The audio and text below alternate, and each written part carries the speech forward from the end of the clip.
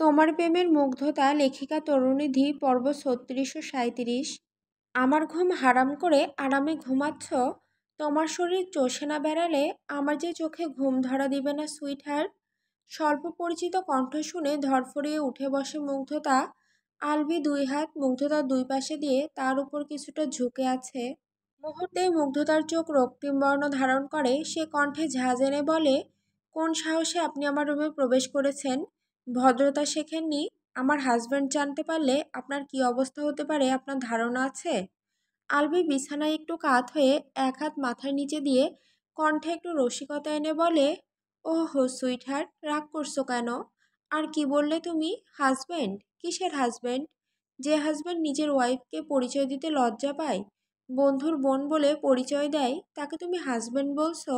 শোনো মুগ্ধতা, তোমার মতো মেয়েকে দেখে যে কোনো ছেলে নিজেকে সঁপে দিতে চাইবে, কিন্তু সেটা শুধুমাত্র বিছানা পর্যন্তই সীমাবদ্ধ।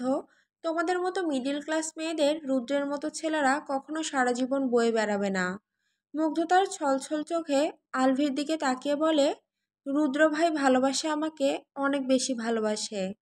এটা ভালোবাসা না, এটা জেদ। আমি তামিমের থেকে সম্পূর্ণ ঘটনায় শুনেছি। তা থেকে যা বুঝলাম, তোমার রিজেকশন মোটেও সহ্য করতে পারেনি রুদ্র, তাই তোমাকে উঠিয়ে নিয়ে এসেছে। আমার কথাগুলো মিলিয়ে দেখতে পারো, মন ভরে গেলে এমনিতেই ছেড়ে দিবে তোমাকে। আমি আপনার আর একটাও বাজে কথা শুনতে চাই না, চলে যান এক্ষুনি, নয়তো আমি চিল্লাবো। মুগ্ধতার কথা শুনে আলভি বাঁকা হেসে বলে, আমার কথাগুলো যেদিন ফলবে সেদিন নিশ্চয়ই তুমি আমাকে মনে করবে। আল্লাহ আমাকে এমন দিন না দেখাক যে আমার আপনাকে মনে করতে হয়। Just wait and see baby. মুগ্ধতার ঘেন্নায় মুখ ঘুরিয়ে নেয়, তা দেখে আলভি পকেটে হাত গুজে শীষ বাজাতে বাজাতে রুম থেকে বেরিয়ে যায়। মুগ্ধতার স্বাদে এসেছে এই বাড়ির ছাদটা ভীষণ খোলামেলা, তেমন কোনো গাছ নেই, একপাশে একটা দোলনা। সে দোলনায় বসে গভীর চিন্তায় মগ্ন। আলভির ব্যাপারটা রুদ্রকে কি জানানো উচিত? অবশ্যই রুদ্র সবার সামনে সিন ক্রিয়েট করবে, বাড়ির সবাই তখন মুগ্ধতাকেই ভুল বুঝবে। আর সে চায় না তার জন্য রুদ্রের সাথে সবার সম্পর্ক খারাপ হোক। আলভি হচ্ছে এই বাড়ির ছেলে আর সে হচ্ছে বউ। অবশ্যই ছেলেকে রেখে বাড়ির বউয়ের কথা কেউ বিশ্বাস করবে না। আর সবথেকে বড় কথা, তারা তো এখানে বেড়াতে এসেছে, কয়েকদিনের মধ্যেই চলে যাবে। এই কয়দিন নিজে একটু সতর্ক থাকলেই হবে। মুগ্ধতা সিঁড়ি বেয়ে নিচে নামতেই অনেকগুলো চিন্তিত কণ্ঠ শুনতে পেয়ে বিস্ময়ের রেখা কপালে দেখা গেল। ড্রয়িং রুমে আসতেই কপালের ভাঁজ আরও গাঢ় হলো। রুদ্র সোফায় বসে আছে আর অপর পাশে মার্শিয়া বসে রুদ্রের হাতে ব্যান্ডেজ করে দিচ্ছে আর ফুপিয়ে ফুপিয়ে কাঁদছে। রুদ্র তাকে বোঝানোর চেষ্টা করছে যে সে একদম ঠিক আছে। এত সুন্দর দৃশ্য চোখের সামনে দেখে তো মুগ্ধতা যেন দুনিয়াটাই ঘুরছে। এরই মধ্যে তার কানে গিয়ে কিছু কঠিন কথা বাড়ি খেলো। রুদ্র দাদি আফসোসের সুরে বলল, স্বামী এদিকে আধমরা হয়ে বাসায় ফিরেছে আর বিবির তো কোনো খবরই নেই।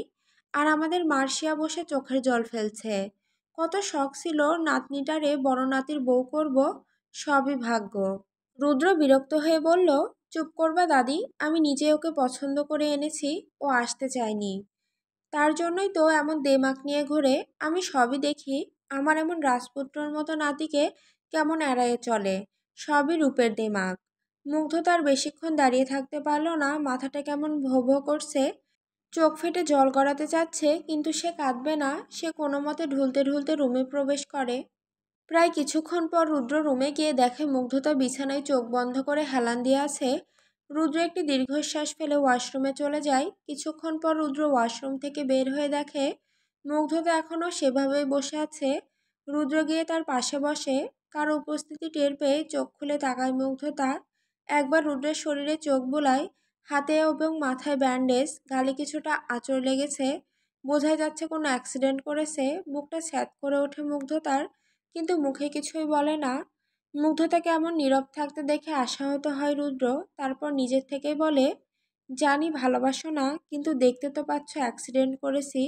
সামান্য সিম্প্যাথি দেখানোর জন্য হলেও তো জিজ্ঞেস করতে পারো কি করে ব্যথা পেয়েছি। মুগ্ধতার যেন মনে হলো কাটা ঘায়ে নুনের ছিটা পড়ল। সে ঝাঁঝালো কণ্ঠে বলে উঠল, হ্যাঁ নেই তো, আমার আপনার জন্য পরোয়া। আমি তো এটা বরাবরই বলেছি, তাহলে কেন জোর করে বিয়ে করলেন আমাকে? আমি তো করতে চাইনি।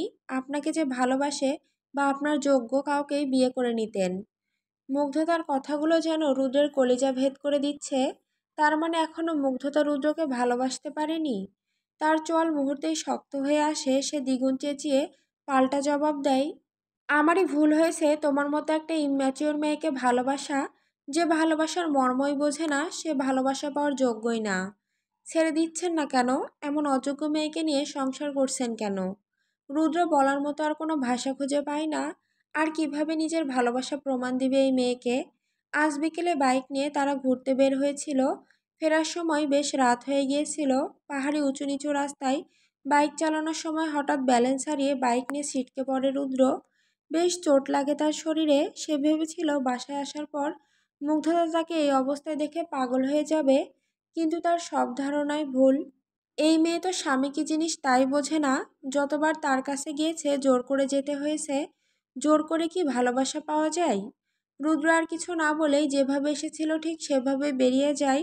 রুদ্র যেতেই মুগ্ধতা ডুকরে কেঁদে ওঠে, মনে মনে বলে, আপনি ঠিক বলেছেন রুদ্র, আমার মতো মেয়ে কারো ভালোবাসা পাওয়ার যোগ্য নয়। দেখেন, আপনারও আমার ভালোবাসা ফুরিয়ে এসেছে আমার প্রতি। রুদ্র সেদিন রাতে আর রুমে আসে না। রাতের খাবারও মুগ্ধতাকে রুমে দিয়ে যাওয়া হয়। মুগ্ধতা সারা রাত রুদ্রের জন্য অপেক্ষা করতে করতে ভোরের দিকে চোখ লেগে যায়। ঘুমের মধ্যেই মুগ্ধতা পাশে হাত বুলিয়ে রুদ্রকে খুঁজতে থাকে, কিন্তু কারো উপস্থিতি না পেয়ে চোখ খুলে তাকায়। ঘড়িতে তাকিয়ে দেখে সকাল 10টা। সবাই নিশ্চয়ই উঠে গেছে, কিন্তু কেউ তাকে ডাকলো না। মুগ্ধতা কোনো মতে গায়ে ওড়না জড়িয়ে বের হয়ে আসে। দেখতে পায় সবাই খাবার টেবিলে বসে খাচ্ছে। রুদ্রও আছে, আর রুদ্রের ঠিক পাশের চেয়ারে বসে আছে মার্শিয়া। দুজন বেশ হাসি খুশি। মুগ্ধতা ধীর পায়ে এগিয়ে আসে। রুদ্রের চাচি মুগ্ধতাকে দেখে মুচকি এসে বলে, আরে মুগ্ধতা, ঘুম হয়েছে? আমি ডাকতে চেয়েছিলাম একবার, তখন রুদ্র বলল যে থাক একটু ঘুমাক, তাই আর তোমাকে ডাকিনি। মুগ্ধতা ঘাড় ঘুরিয়ে রুদ্রের দিকে তাকিয়ে উত্তর দিল, আমি থাকলে তো এভাবে হেসে খেলে একজন আরেকজনের গায়ে পড়ে খাবার এনজয় করতে পারতো না।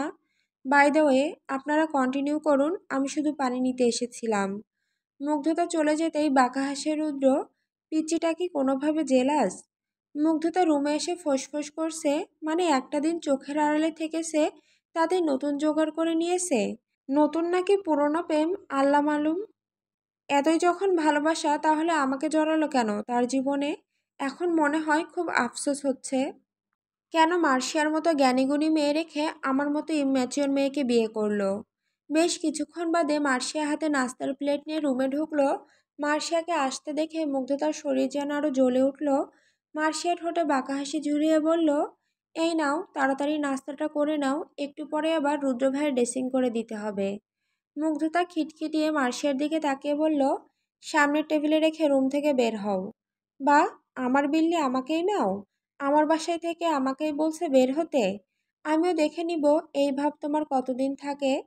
ব্যাস, এতটুকু বলেই রুম থেকে বেরিয়ে যায় মার্শিয়া।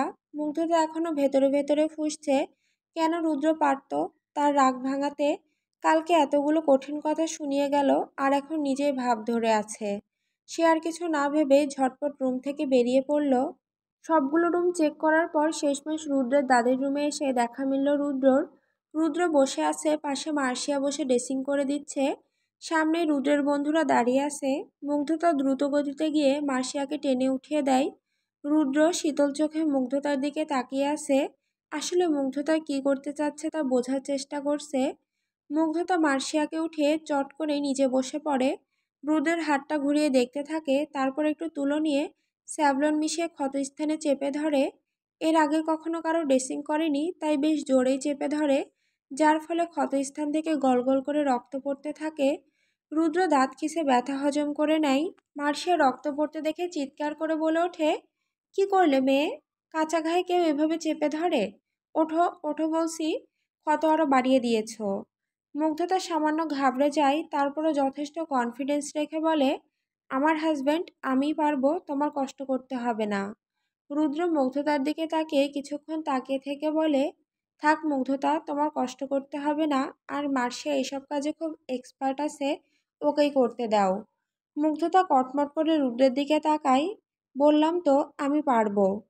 মার্শিয়া মুগ্ধতাকে সরাতে সরাতে বলে, তা তো দেখতেই পাচ্ছি, এখন সরো তাড়াতাড়ি, অনেক ব্লিডিং হচ্ছে। মুগ্ধতা উঠে দাঁড়ায়, তার চোখে জল চিকচিক করছে, ঘন ঘন নিঃশ্বাস নিচ্ছে কান্না আটকানোর প্রচেষ্টায়। শেষমেশ আর কোনো দিক না তাকিয়ে ফুপাতে ফুপাতে রুম থেকে বেরিয়ে আসে। মুগ্ধ তো রুমে এসে নিজের কাপড় গোছাতে শুরু করে। রাগে নাকের ডগা লাল হয়ে আসে। সে কিছুতে আর এখানে থাকবে না। সে বেশ বুঝতে পারছে রুদ্র তাকে বিয়ে করে এখন ঠিক কতটা রিগ্রেট। এখন আর ভালো লাগে না তাকে। লাগবেই বা কেন? মার্শিয়ার মতো স্মার্ট, সুন্দরী এবং কেয়ারিং মেয়ে সারাদিন আশেপাশে ঘোরাঘুরি করলে কোনো পুরুষেরই মাথা ঠিক থাকার কথা না। এখন সে চলে গেলেই রুদ্রের জন্য সুবিধা হবে। রুদ্র রুমে এসে দেখে মুগ্ধতা ট্রলি ব্যাগের উপর বসে ব্যাগের চেইন লাগাচ্ছে। মুগ্ধতার এমন বাচ্চামি দেখে রুদ্র বাকরুদ্ধ হয়ে দাঁড়িয়ে থাকে। মুগ্ধতার কাজ শেষ হলে সে রুদ্রকে দেখে কপাল কুঁচকে নেয়। সে কিছুতেই রুদ্রের সাথে কথা বলবে না। সে ব্যাগ টানতে টানতে বাইরে নিয়ে যেতে নিলে রুদ্র ওর এক হাত ধরে টান দেয়। মুগ্ধতা বিরক্তি নিয়ে রুদ্রের দিকে তাকিয়ে বলে, কি সমস্যা ভাই? এমন হাত ধরে টানাটানি করছেন কেন? রুদ্র এক ভ্রু উঁচু করে বলে, ভাই ভাই লাগে আমি তোমার? ভাইয়ের সাথে এত কিছু করতে লজ্জা করেনি তোমার? এত কথা পেঁচাবেন না। কেন এসেছেন এখন? যান যান আপনার মার্শিয়ার কাছে। এখন আর আমাকে কি প্রয়োজন? আমার শরীরের স্বাদ নেওয়া তো শেষ। এখন আমাকে আর ভালো লাগবে না, এটাই স্বাভাবিক। এখন মার্শিয়া আপুকে ভালো লাগে, তাই না? সে আপনাকে ভালোবাসে। আমার মতো জোর জবরদস্তি করতে হবে না। আপনি বললে সে নিজের থেকেই খুলে দিবে সব। ঠাস একটা চড় এসে পড়ল মুগ্ধতার গালে। রুদ্রের রাগে মাথার রগ ফুলে উঠেছে। মানে এইটুকু পিচ্চি একটা মেয়ে তার সামনে দাঁড়িয়ে এত বড় বড় কথা বলল। সে মুগ্ধতার চোয়াল চেপে ধরে মুখটা সামান্য উঁচু করে হিসিয়ে বলে, মাগিখোর মনে হয় তোর আমাকে? হ্যাঁ, কিরে বল, কয়টা মেয়ের সাথে ঘুমাইতে দেখছিস আমাকে? আর শোন, তোর শরীরের তৃষ্ণা আমার এই জন্মে মিটবে না। নেক্সট টাইম আমার চরিত্র নিয়ে কথা বলার আগে দুইবার ভেবে তারপর বলবি। রুদ্রের এমন বিহেভিয়ার দেখে মুগ্ধতা ঠোঁট ভেঙে কেঁদে দিয়ে বলে, ওই মার্শিয়া পেতনিটাকে একটু পছন্দ না আমার। আপনার আশেপাশে দেখলে অনেক রাগ হয়। আপনি কেন ওকে কিছু বলেন না? হেসকি তুলতে তুলতে ও ও কেড়ে নিতে চাই আপনাকে আমার থেকে। মুগ্ধতার এহেন কথায় রুদ্রের মন কিছুটা নরম হয়। সে মুগ্ধতার গালে হাত রেখে বলে, তাতে তোমার কি? তুমি তো আর আমাকে ভালোবাসো না। মুগ্ধতার চোখে চোখ রাখে রুদ্রের। রুদ্র তার দিকে চেয়ে আছে, যেন মুগ্ধতার মুখ থেকে শুনতে চাচ্ছে, ভালোবাসি তো, খুব ভালোবাসি আপনাকে। কিন্তু এবারও রুদ্রকে আশাহত করে দিয়ে মুগ্ধতা বলে, ভালো না বাসলে কি আপনি এখন ছেড়ে দিবেন আমায়? রুদ্র মুগ্ধতার দিকে শীতল চোখে তাকিয়ে আছে। এই মেয়ে কি পারতো না একটু বলতে যে, হ্যাঁ আমি ভালোবাসি আপনাকে? মিথ্যায় বলে দিত, আর কত পোড়াবে। রুদ্র মুগ্ধতাকে ছেড়ে দিয়ে সোজা হয়ে দাঁড়ায়। তারপর ট্রলি ব্যাগটা দেখিয়ে বলে, এটা ভিতরে রাখো, আর দুদিন পর ব্যাক করব আমরা। বন্ধুদের সাথে বসে আড্ডা দিচ্ছিল রুদ্র। হঠাৎ মেসেজের টুংটাং শব্দে ধ্যান ভাঙে তার। কিছু একটা মনে করে ফোনটা হাতে নিয়ে মেসেজ অপশনে ঢুকেই চোখ রক্তবর্ণ ধারণ করে তার। সে কিছু না বলেই উঠে দাঁড়ায়। তাকে এভাবে উঠে দাঁড়াতে দেখে তার বন্ধুরাও ঘাবড়ে যায়। সবাই কি হয়েছে জিজ্ঞেস করতে থাকে। রুদ্র কারো কথার পাত্তা না দিয়ে সোজা নিচে নেমে বাইক নিয়ে বেরিয়ে যায়।